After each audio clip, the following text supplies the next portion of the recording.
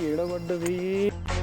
ఎంతసేపు రోడ్ల మీద పడి తిరుగుడు తప్పితే వార్త తెద్దాము, నెలలో ఒక్కరోజన్నా చక్కగా పని చేద్దామన్న ఆలోచన ఉండదా నీకు? హలో, అరే రూమ్లో నా పాన్ కార్డు పడ్డదా చూడవారు ఒక్కసారి. చూడు చూడు. పాన్ కార్డు కోసమా ఈయన గారి పాటలు? ఓ నమిలిన పాను మోకపోడా. హలో అన్న, నేను ఇందాక నీ దగ్గరకు వచ్చినా కదా, అక్కడ నా పాన్ కార్డు ఏమన్నా పడ్డదా చూడవన్నా ఒక్కసారి. లేదా పాన్ కార్డు పోతే ఎందుకు అంత హైపోత అవుతున్నావు? మళ్ళీ ఒకటి అప్లై చేసుకుంటే అయిపోతుంది కదా. లచ్చలు పోయినా ఏం కాకపోవు, పోయింది పాన్ కార్డు. ఏందేంది లచ్చలు పోయినా ఏం కాకపోవా? పుసుక్కున్నది ఎవరికన్నా దొరికిన మీద ఇన్కమ్ ట్యాక్స్ రైడ్ అయితే అమ్మో ఇంకేమన్నా ఉన్నదా? ఇన్కమ్ ట్యాక్స్ రైడా? ఏంది అంత సంపాదించినవా నువ్వు? సంపాదించడు ఎక్కడదే. మరి ఇన్కమ్ ట్యాక్స్ రైడ్ అంటున్నావు? నా పాన్ కార్డు ఎవరికన్నా దొరికి దాన్ని మిస్యూజ్ చేసిండ్రు అనుకో, నాకు కోటాను కోట్ల రూపాయలు ఆస్తున్నది అనుకోని నాకు కోట్ల రూపాయల ట్యాక్స్ చేసిండ్రు అనుకో, ఏంది నా పరిస్థితి అప్పుడు? పిచ్చిలేసిందా నీకేమన్నా?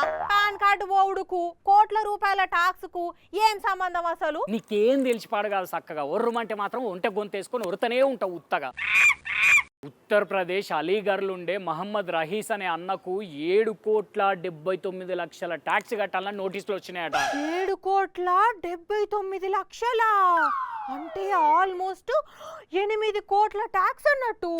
అంటే ఈ లెక్కన రోజుకి ఎంత సంపాదిస్తాడు ఆయన? ఎంత లేదన్నా 500 నుండి 600 దాకా సంపాదిస్తాడట. 500 కోట్ల? నీ 500 రూపాయలు. ఉత్త 500 రూపాయల?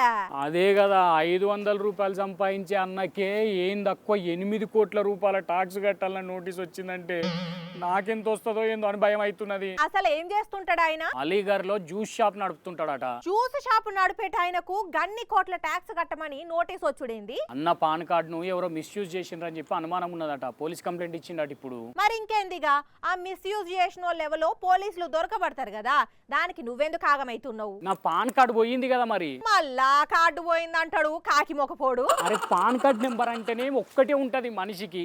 ఇప్పుడు నేను కొత్త కార్డు కోసం అప్లై చేసుకున్నా కూడా ఎవడన్నా దొరికినోడు ఆ పాత కార్డు నెంబర్ పట్టుకొని ఏమైనా చేసిండు అనుకో, మళ్ళీ నాకే కదా నోటీసులు వచ్చేది ట్యాక్స్ కట్టమని చెప్పి. ఇక నీ కార్డు వాడుకొనే చెయ్యాలి. అయినా నీ ఫోన్ నెంబర్ లింకు లేదా పాన్ కార్డుకు? ఉన్నది. మరి ఇంకేందిగా, ఏం మార్చాలన్నా ఖచ్చితంగా ఓటీపీ వస్తుంది. నువ్వు కొత్త కార్డు అప్లై చేసుకున్నప్పుడు ఎక్నాలజీమెంట్ కాపీ కూడా వస్తుంది కదా. అవునవును. మరి ఇక ఎవ్వరు ఏం కథలు పడ్డా పలానా నాడు నా కార్డు పోతే నేను అప్లై చేసుకున్నా, ఇంతలో ఇట్లా అయ్యింది అని చెప్పేటందుకు ఉంటది కదా. కదా. అయినా మరి ఇంపార్టెంట్ డాక్యుమెంట్స్ జాగ్రత్తగా పెట్టుకోవాలని తెలియదా? హలో, అవునా, ఓకే ఓకే ఓకే. ఏమైంది? కార్డు ఇంట్లోనే ఉన్నదట నా బ్యాగ్లా. నేను ఎప్పుడు జాగ్రత్తగానే ఉంటా. సందు దొరికింది కదా అని తిడుతూనే ఉన్నావు కదా ఇక. సరే కానీ నడివిగా ఆఫీస్కు, మస్తు పని ఉన్నది. వస్తున్నది పాన్ కార్డు కాదు, పానవే పోతున్నదన్నా కానీ ఇడిచిపెట్టావు కదా గండు పిల్లి మొక్కందానా. కానీ ఏందో ఈ నడుమ ఇట్లాంటి తప్పిదాలు బాగానే దొర్లుతున్నాయి ఆడాడ.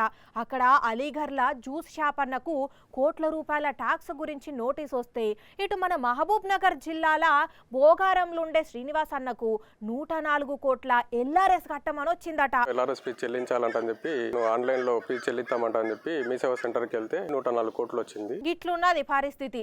మరి ఎవరన్నా ఎల్ఆర్ఎస్ కట్టేటోళ్ళు ఉంటే చూసుకోండి జరా. అట్లని టెన్షన్ పడకుండ్రి, టెక్నికల్ ఎర్రర్ అయి ఉండొచ్చు గంతే.